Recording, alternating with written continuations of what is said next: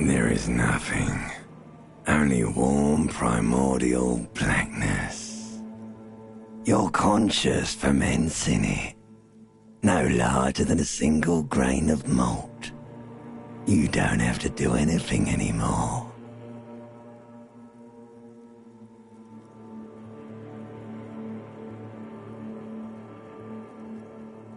Ever. Never, ever.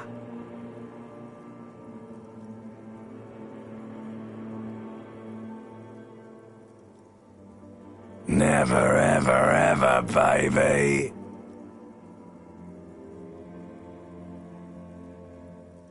An inordinate amount of time passes. It is utterly void of struggle. No ex-wives are contained within it.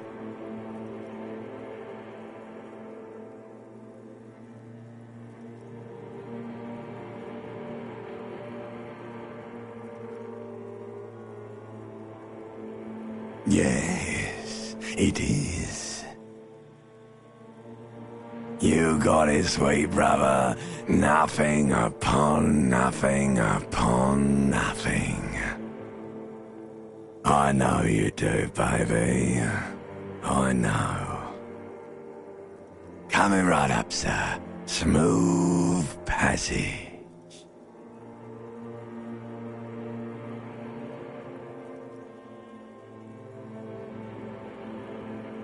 Alright, nothing town to fuck all borough.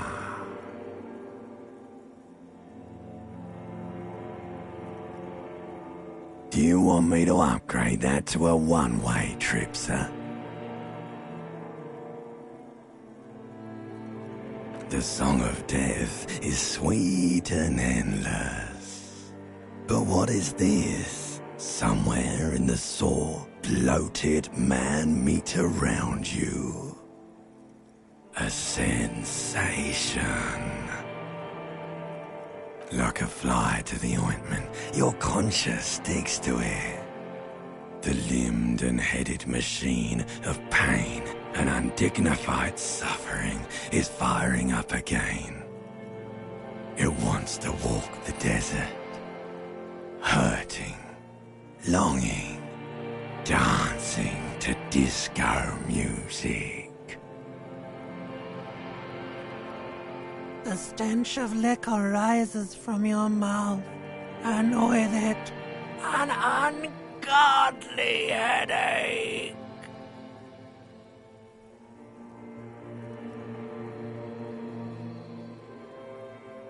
A fiery streak penetrates your skull, trying to force your eyes open. It's a sound, a clarion call from hell. Somehow, you know what it is. A caprice can name a motor carriage.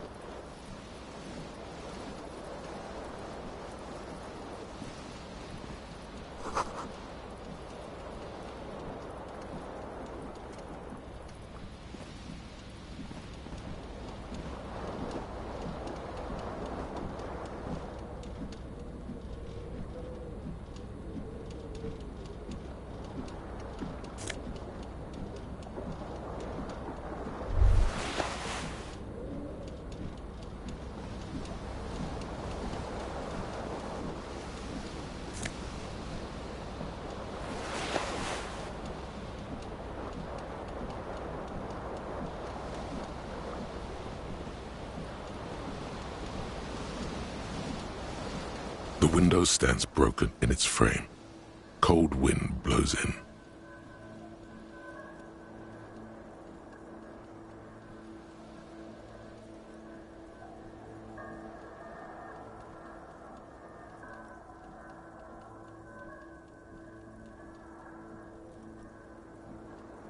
The morning light hurts your eyes.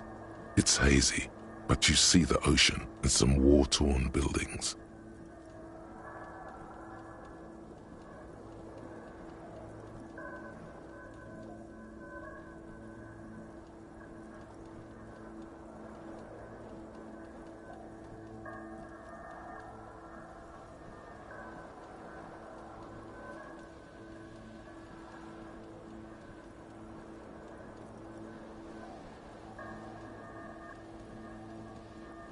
The morning light hurts your eyes.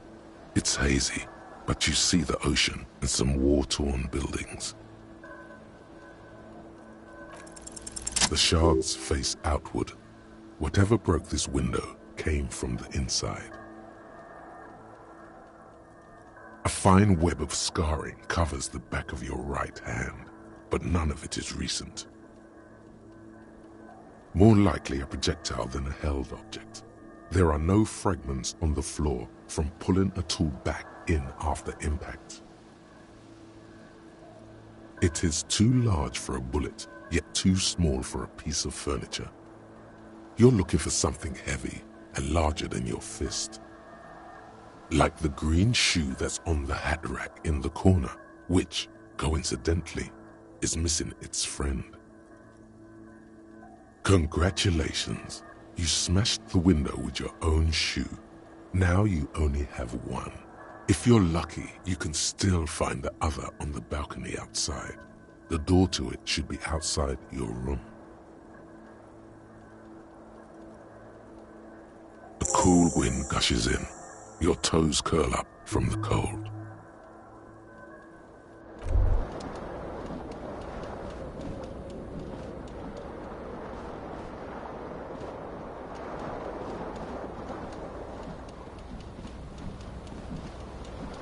This fan has two chain pull switches. One ends in a tiny fan, the other in a light bulb. A truly horrific necktie has somehow attached itself to one of the blades.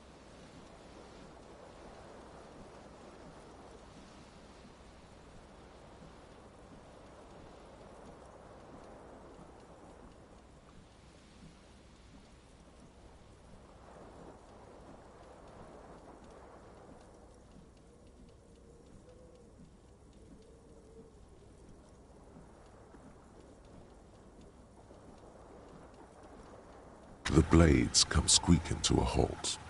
It should be easier to reach the tie now.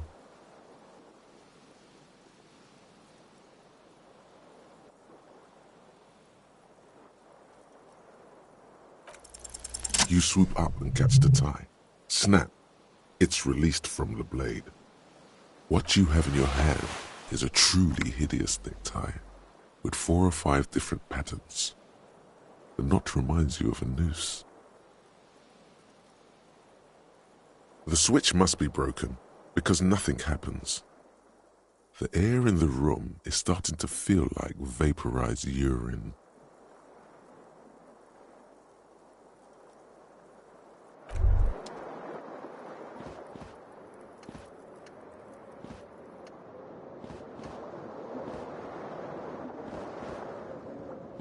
The window stands broken in its frame.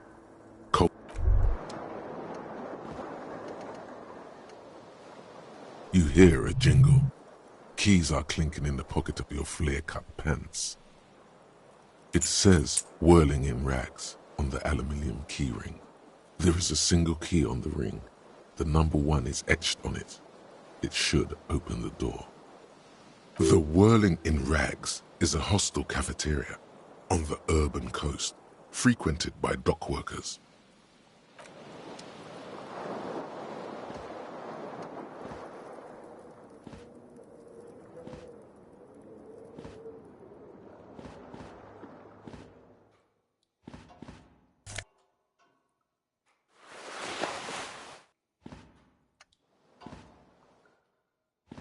A mirror hangs above a bent and broken sink. In a fierce discharge of masculine energy, someone has ripped half the faucet off. Was this not the same Elo that founds empires and lays waste to cities, virile, uncaring towards the little things? Probably not, no. Hot water sprays from the faucet's base, and steam covers the mirror. You cannot see yourself, just the vague impression of a man. Suddenly, you realize you have no memory of the face that awaits you there, underneath the soft vapor.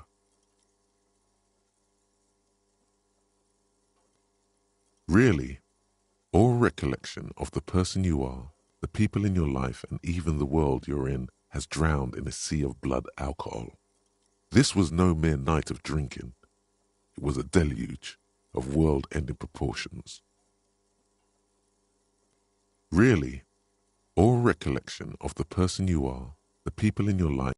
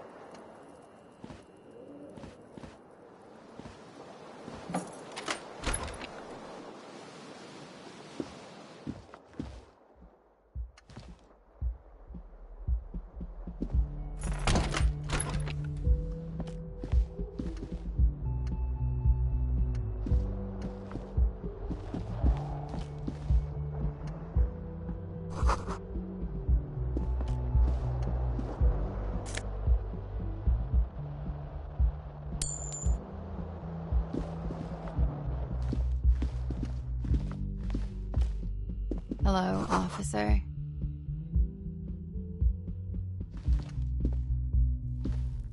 the young woman raises a cigarette to her lips.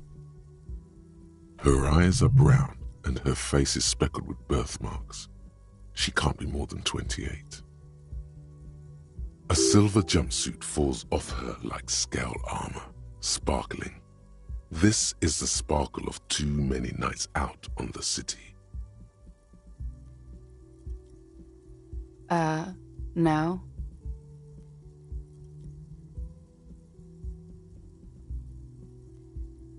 Because you're a police officer, sir.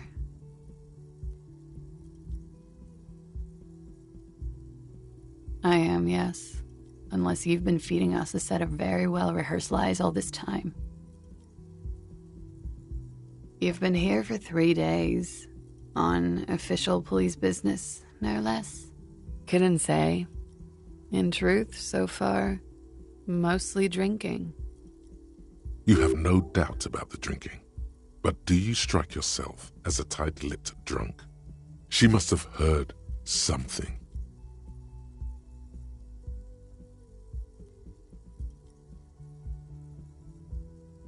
Could it be because of the drinking? She hasn't had time to put her makeup on. This is her morning cigarette. She looks tired, her beauty waning faster than it ought to at her age.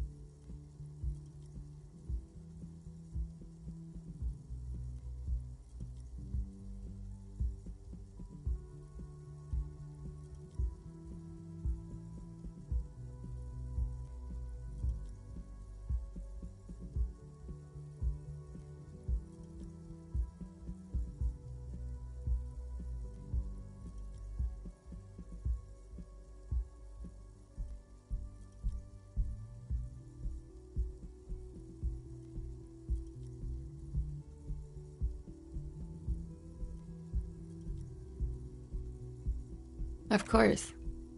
Be careful, officer. They don't like the police around here. Something stirs in you as she's about to go.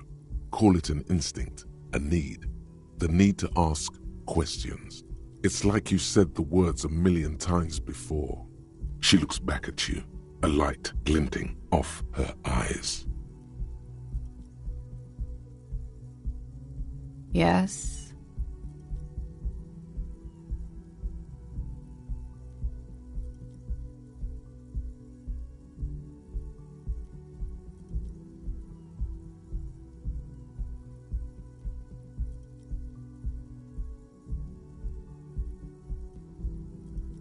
You're in a hostel, sir. We are in Revachol. Revachol is the disgraced former capital of the world, divided into zones of control under foreign occupation. Half a century after a failed world revolution, she is central to our moment in time. You sure look like you're from Revachol. Revachol parties. Her accent suggests she is not from around here. She's from Aranier, another part of the world. The dock workers are pretty cocky. They think they're police enough. At least here on the coast. I can't say about the rest of the city.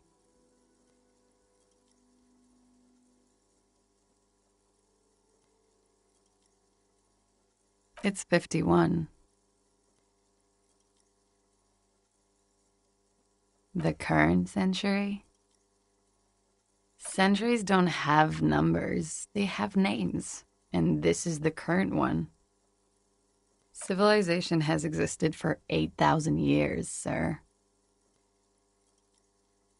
You're right.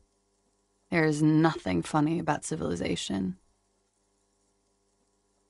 There was the usual ruckus. Loud disco music. I couldn't say. It's impossible to hear people speaking from over here. Oh, yes. Various artists. Ostentatious orchestration prime among them.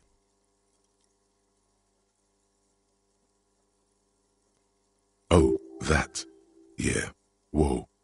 The less said about OO, the better. OO were huge where I come from. I was very young then, of course. Like 7. Life gets hard, but we go on. I don't know about that. At around 2 o'clock, the disco stopped, and there was a change of pace. A slow, sad song started playing, like organ music on repeat. That went on for quite a while. Some of the time, you were yelling along to it. That it doesn't matter anymore and that we're alone now, it was difficult to tell. The song itself was very quiet and soft, but you sounded like a winded boar, sir. It was hard to understand what you were singing on top of it.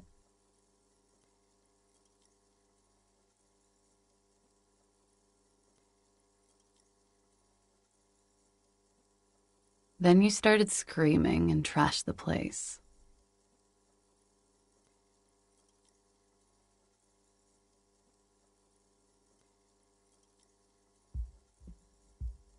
No, it didn't sound like there was a fight.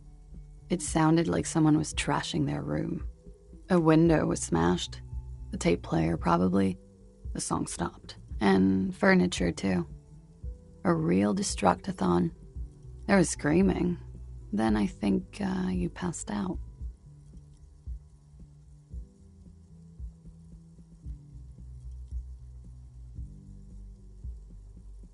Okay.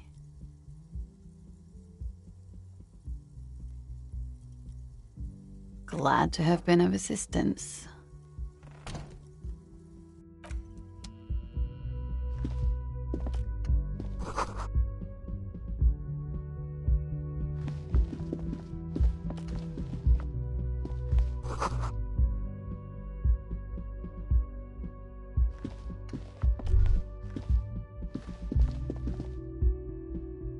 The door is closed. There is no answer.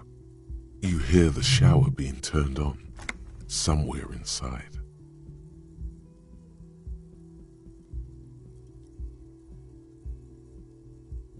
This door can only be opened with a key or from the inside.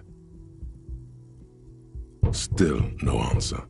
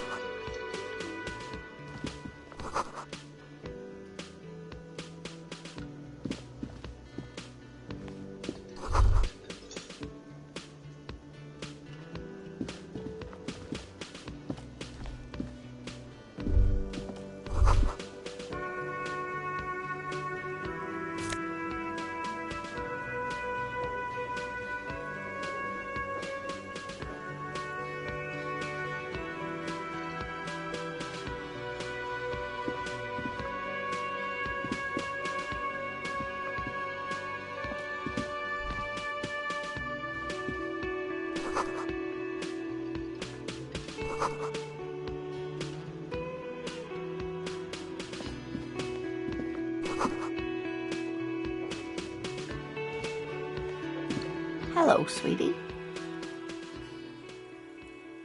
You shouldn't keep your colleague waiting.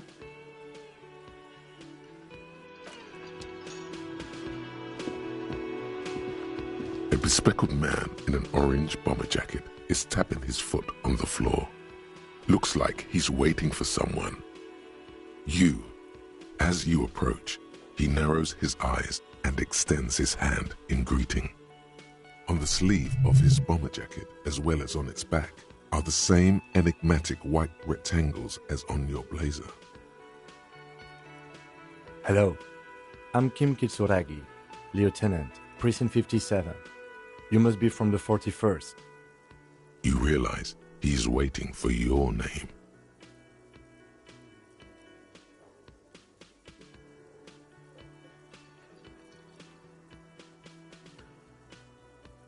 Okay then. It looks like we had a little scheduling error on Sunday. Saturday too, actually. Have you had time to talk to the manager here? What he means is, he has been trying to meet up with you for 2 days, but you have been otherwise occupied.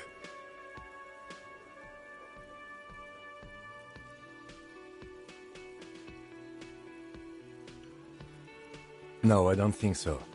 We should ask him for a rundown of the area, now that I'm here as well. I understand the scene is out back, right? It also wouldn't hurt to assure him the police are finally here.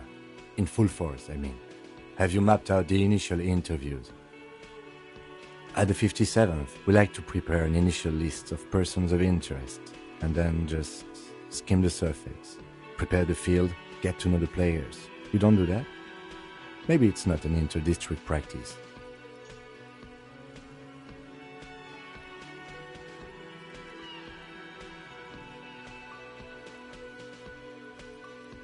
Okay, we'll have time for that after we take a look at the coroner's case. Have you removed the dead body from the tree? Mm-hmm.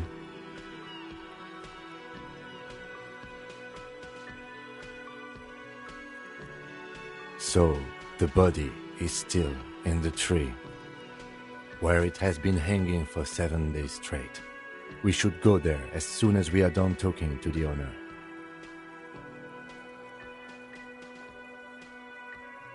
I can see you drank last night and the night before, and that you are still drunk now. But I have seen officers go through worse. Much worse. If you need something for your headache, there is a general store nearby. But as I said, the dead body should be our #1 concern.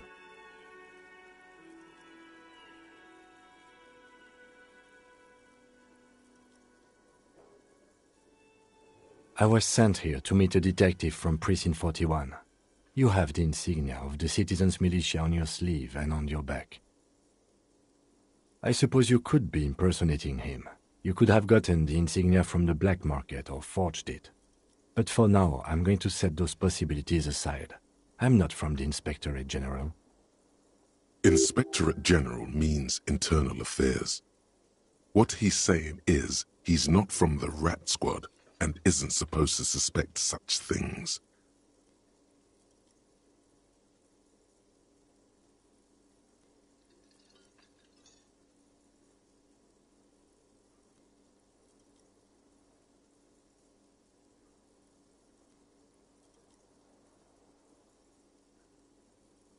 Yes, but I'm not them. I'm from criminal investigation.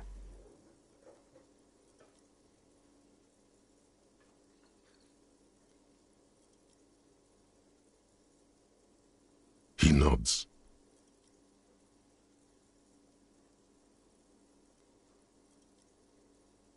We all feel that way sometimes. There is no such thing as a police officer, I'm afraid. What remains is that there is a dead body in the tree. Someone has to figure out who put it there. If we don't, no one else will. And then, soon after, dead bodies would be dangling from all the trees. But first, we have to take it down.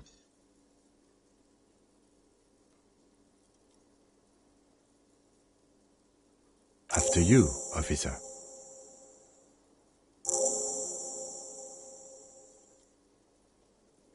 If you're about to embark on an investigation, shouldn't you have a badge? You mean you don't have a badge?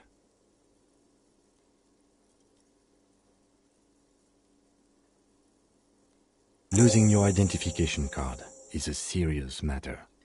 My vehicle has a shortwave. You can use it to report your badge missing.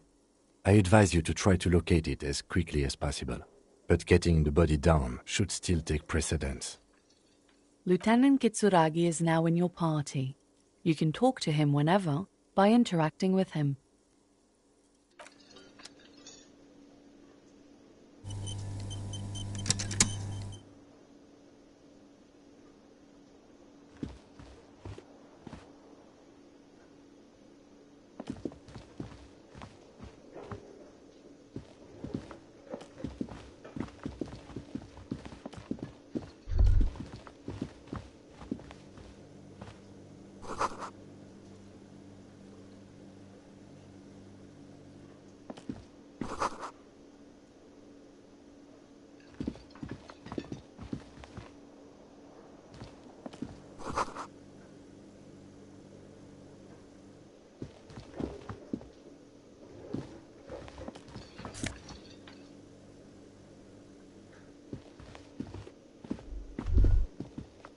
A man in his late 20s with a thin, unimpressive beard notices you approaching.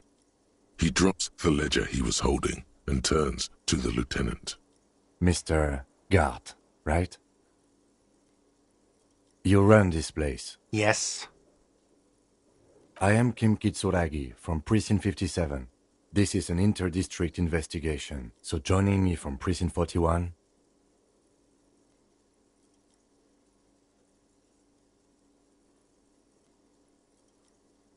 What?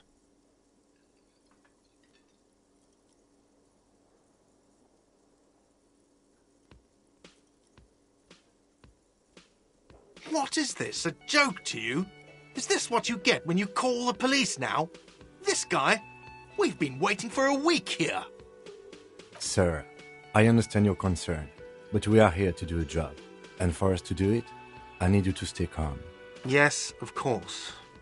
I know it took us a while to arrive at the scene, but it also took you a while to call us. It was you who placed the call, correct? No, I only just got here. It was probably Sylvie who called you. She usually works the bar here. I'm only temporarily taking over her duties. Do you have her number? As a matter of fact, I do.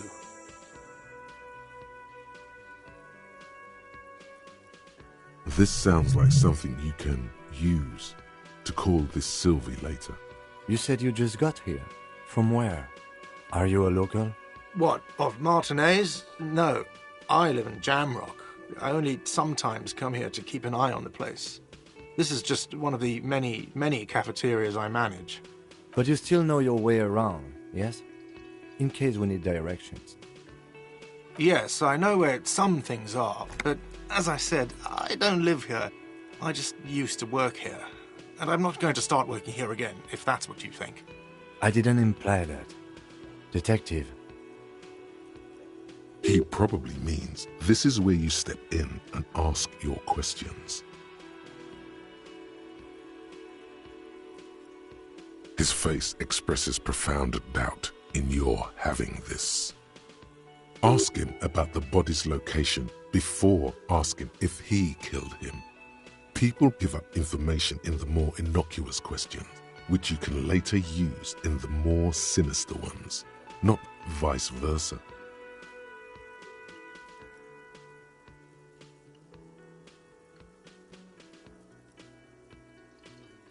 I don't know who killed him. I'm not the police. That's your job.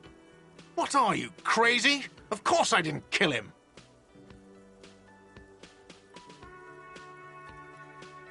Behind this building, there's a courtyard. They hoisted him up on a tree there. That's easy. See that door there? First you exit through that. Then to your right, you should see a big hole in the fence. A really big one. You can get to the courtyard through there. No need for the keys. The hole is big enough for the Franco-Nigerian cavalry to fit through. This man means the heavy cavalry of the innocents Franco-Negro, sweeping over the plains and nations of the enemies of mankind. 5th century style, unified currency and the concept of cool came in their wake. They wore lamella and carried guns. But first and foremost, Franco-Nigerian heavy cavalry was really, really wide. That hole in the fence must be enormous. She went away because none of your business. Have they not been telling you you're a cop?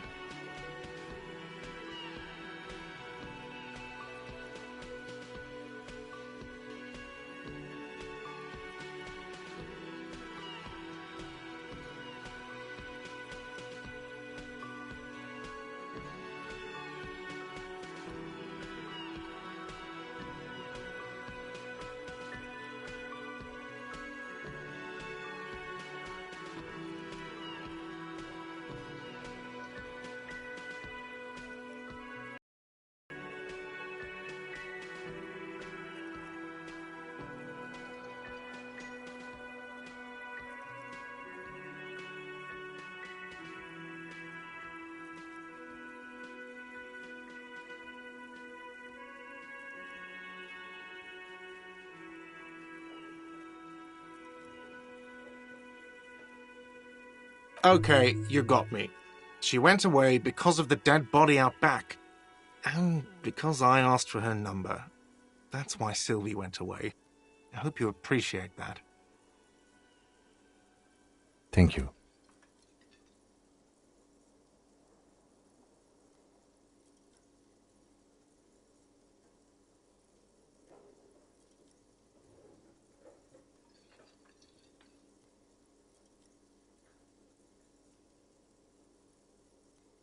I asked an employee out. She didn't want to come, but felt obliged to.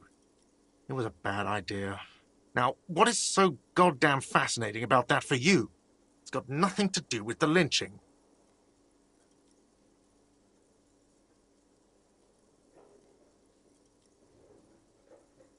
Good for you. Was there something else? I'd like to get back to what I was doing. No, I'm not the bartender. I'm the cafeteria manager. I hope it is. Let's go. Not so fast. You owe me 130 real.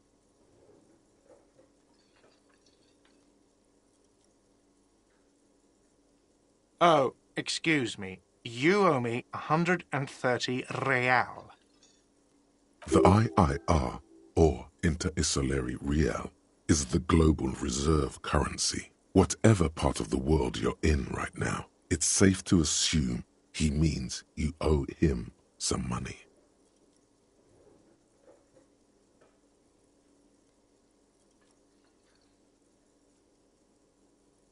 Wow, you're a genius. Yes, that's right, money. You owe this establishment 130 real.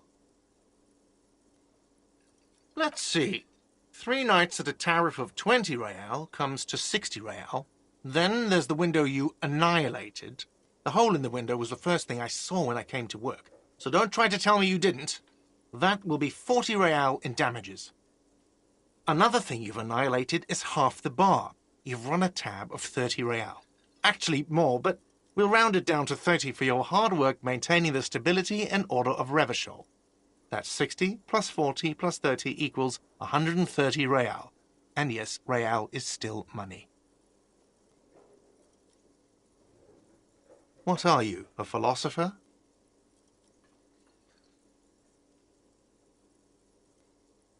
Money is what grown-up people use to pay for things. Things like this hostel room or 8 bottles of potent blend and 9 packs of Royal Extra.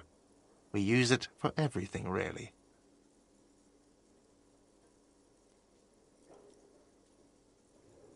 Are you serious? From your work? I don't know. You can take bribes, I guess. I'm sorry. I don't think cops can take bribes. Some do take recompense, but only to survive.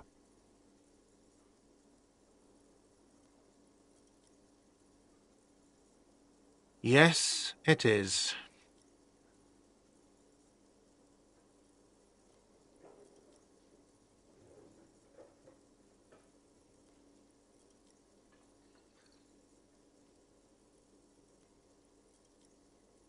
No, you see, that's 40 cents.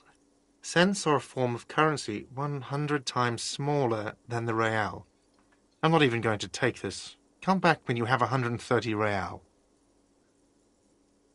The cafeteria manager stands silently, looking at the coppers on the counter before him. Isn't it evil? The order of magnitude between what is asked of a person and what they have?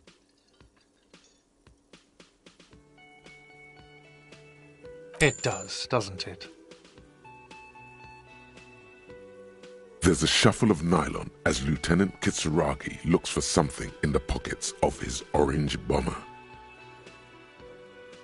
I'm sorry, but he has to pay. I can't let him stay here any longer if he doesn't. If he doesn't have the money by tonight, then... Officer, maybe you're better off working this from home for now. You live in Jamrock, right? It's not that far away.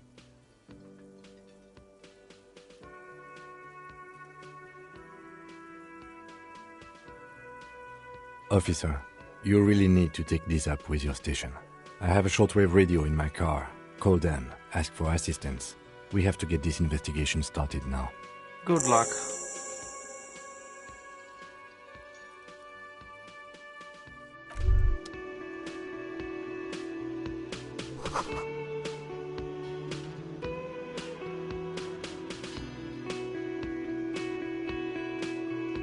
By the way, where is home? The address is coming up blank, and this place sure isn't it. But you've been at this hostel cafeteria for only 3 nights. Where were you before? You had to be somewhere.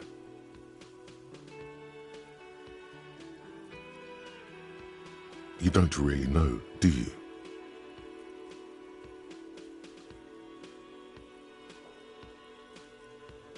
A vague, blackened image doesn't sound like somewhere you can stay if you run out of money.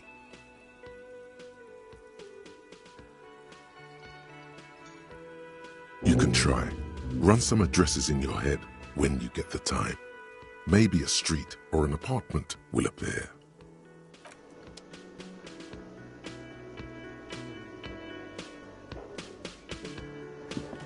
Yes?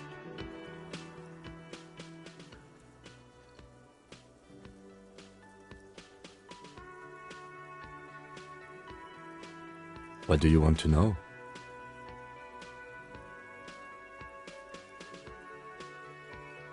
Maybe you can tell me what you do know to help me narrow it down a bit. Do you want me to brief you? 3 days ago, the RCM Emergencies Desk received a report about a security guard who was found hanged in Martinez. An anonymous caller said there was a dead body behind the Whirling in Rags hostel cafeteria. The cadaver had been there for 4 days. No one had come to investigate. During that time, the victim had been stripped of his belongings. The caller did not identify him, but used the word lynching. There is an ongoing labor dispute between the local dock workers and the logistics company Wild Pines. I was told we should approach the death as part of this dispute. A security guard or worker of some sort hired by Wild Pines. This was just hearsay from Martinez, of course. We need to find out the truth. They didn't identify themselves in any way. The tone was muffled using a device of some sort. The desk could identify neither the caller's age nor sex. There's a strong prejudice against involving the RCM in what's seen as union matters. The dock workers' union is the de facto police in Martinez. Now it appears they've started executing too. We cannot allow that. That's us, the Revachol Citizens Militia. We're the police in this city. The RCM, or the Revachol Citizen Militia, is the police force you and him are part of. A self-organized peace corps of the occupied city of Revachol.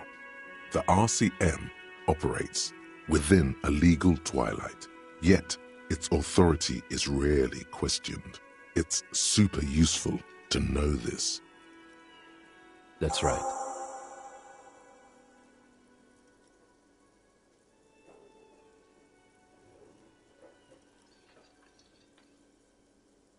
I'm afraid you and I are pawns in a pissing competition. You don't know? I assumed you were in on it.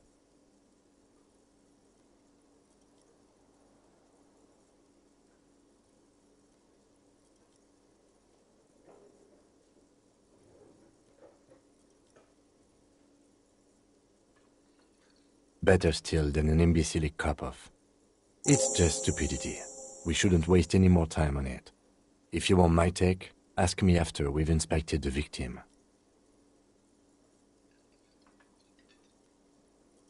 Was there anything else you wanted to know about the case?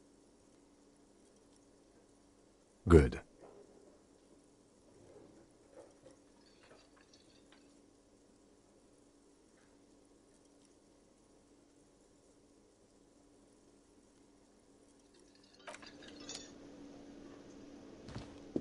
Can I help you?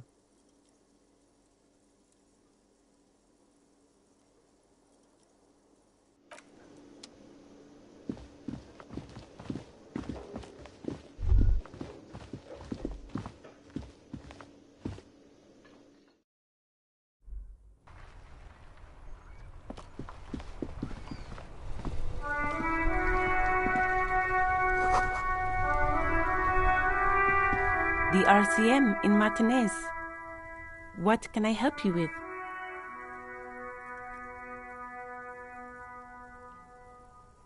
We don't see a lot of police around here, that's all. Of course. What can I help you with?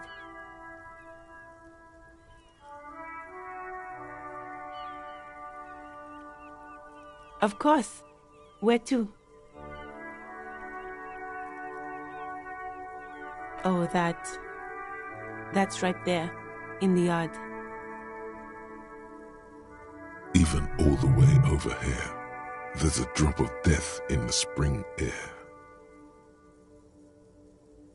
There's the pier, the Cape Side apartment buildings, some more tenements. Not a lot, really.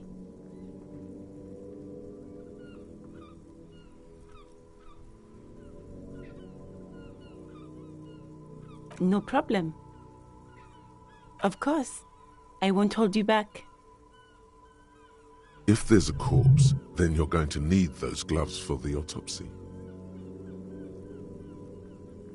Sure, keep them. I have another pair.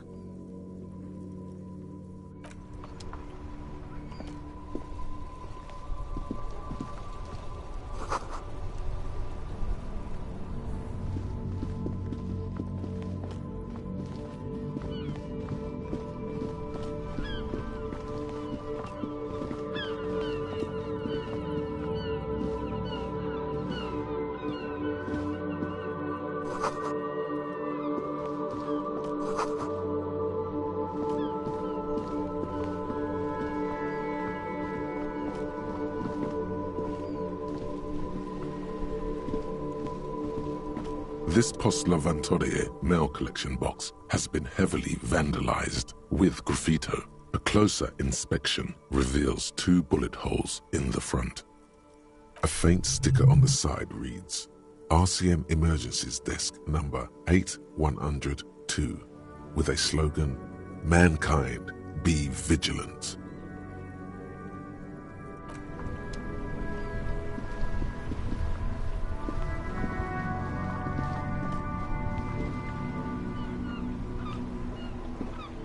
The worn and beaten wooden planks of the bench do not look overly comforting.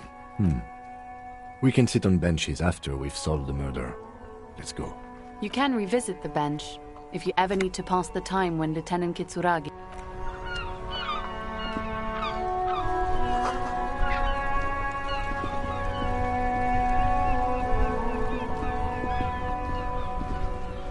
Before you stands a motor carriage. The bodywork is covered in blue and white livery, bearing the number 57. Vapor emanates from the large engine on the back of the vehicle. It hasn't had time to cool off yet.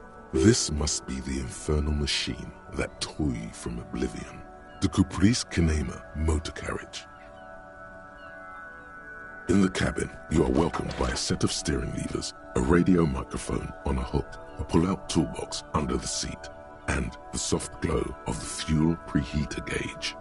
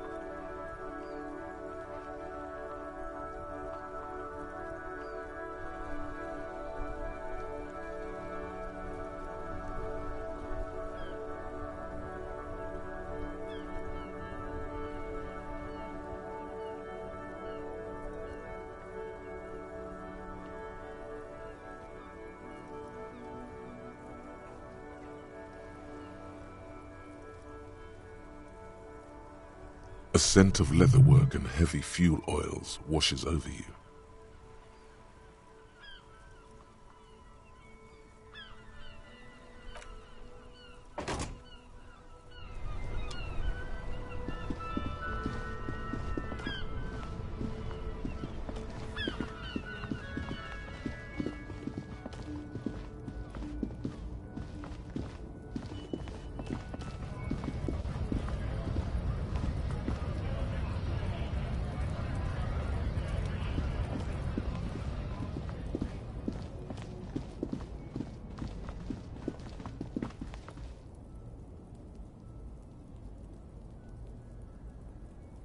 Yes?